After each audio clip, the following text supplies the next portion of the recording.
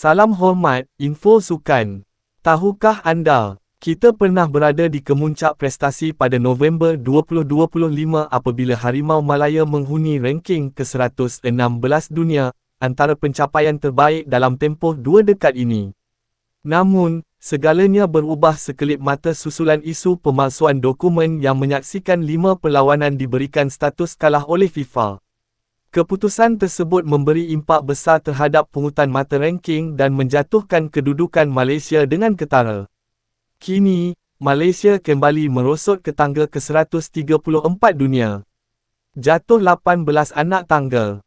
Satu tamparan hebat buat pasukan, namun dalam masa yang sama menjadi titik kebangkitan untuk Harimau Malaya bangkit semula.